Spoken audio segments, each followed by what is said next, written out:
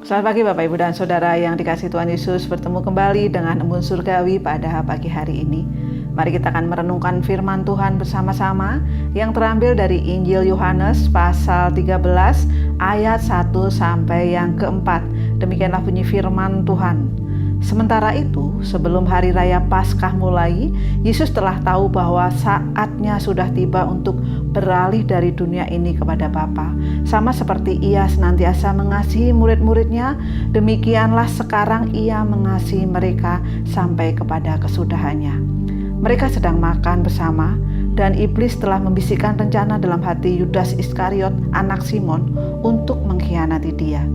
Yesus tahu bahwa Bapanya telah menyerahkan segala sesuatu kepadanya dan bahwa Ia datang dari Allah dan kembali kepada Allah.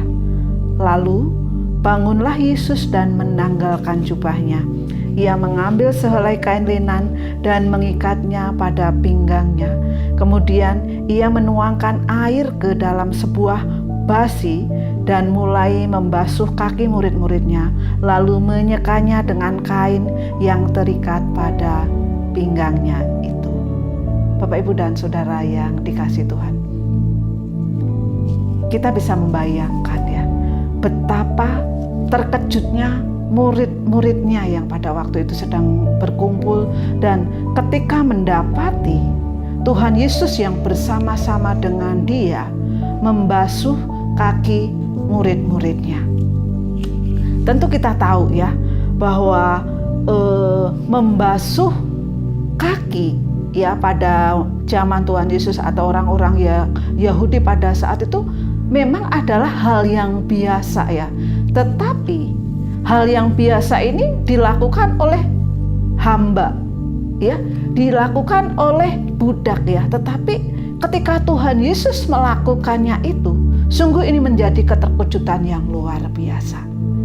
Kita pun bisa membayangkan ya, kalau zaman waktu itu ya, tindakan ini bertentangan dengan kebiasaan orang-orang Yahudi pada waktu itu. Dan kalau kita melihat sampai sekarang pun, seorang pemimpin seandainya membasuh kaki anak buahnya tentu juga tidak lazim ya. Bapak, Ibu, dan Saudara yang dikasihi Tuhan ya, menjelang penderitaannya di kayu salib ya, Tuhan Yesus melakukan tindakan ini ya, ketika malam terakhir pada waktu itu mereka berkumpul, mereka makan ya.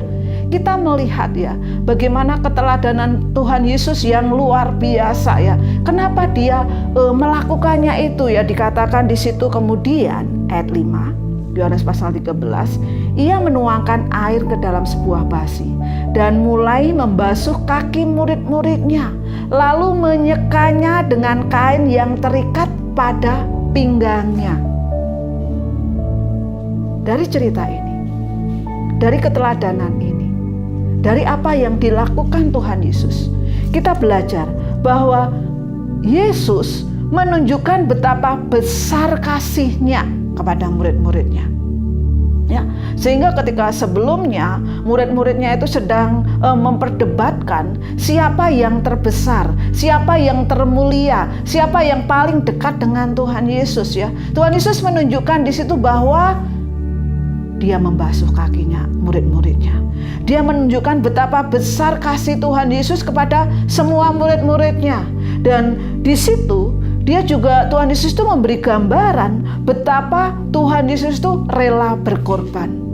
Bapak, Ibu, dan Saudara yang dikasihi Tuhan ya, Tuhan Yesus yang seorang pemimpin, Tuhan Yesus yang seorang guru, Tuhan Yesus yang seorang yang dielu-elukan, ditunggu-tunggu ya, sang Masias itu ya, Dia rela membasuh kaki murid-muridnya, yang menunjukkan betapa Dia rela mengorbankan dirinya di kayu salib untuk menebus kita. Dan dari cerita ini kita pun dapat belajar ya, bagaimana Allah ya memberikan perintah supaya apa? Murid-muridnya itu saling mengasihi ya. Murid-muridnya itu saling mengasihi dengan dengan kerendahan hati. Bukan saling menunjukkan siapa yang terhebat, bukan menunjukkan siapa yang terdekat dengan Tuhan Yesus. Bapak, Ibu, dan Saudara yang dikasihi Tuhan Yesus, keinginan menjadi yang terbesar itu selalu mengganggu murid-muridnya. Demikian juga dalam kehidupan kita ya. Keinginan menjadi yang terbesar, keinginan menjadi yang terutama, atau keinginan yang menjadi dihormati sebagai orang-orang Kristen kadang-kadang mengganggu kita. Dan ini bertentangan dengan sifatnya Allah. Ya, sifatnya Tuhan Yesus, bagaimana Yesus mau berkorban membasuh kaki murid-muridnya, bagaimana Yesus mau merendahkan diri untuk mengasihi muridnya, berkorban, rela mati di kayu salib. Biarlah renungan ini menguatkan kita. Tuhan Yesus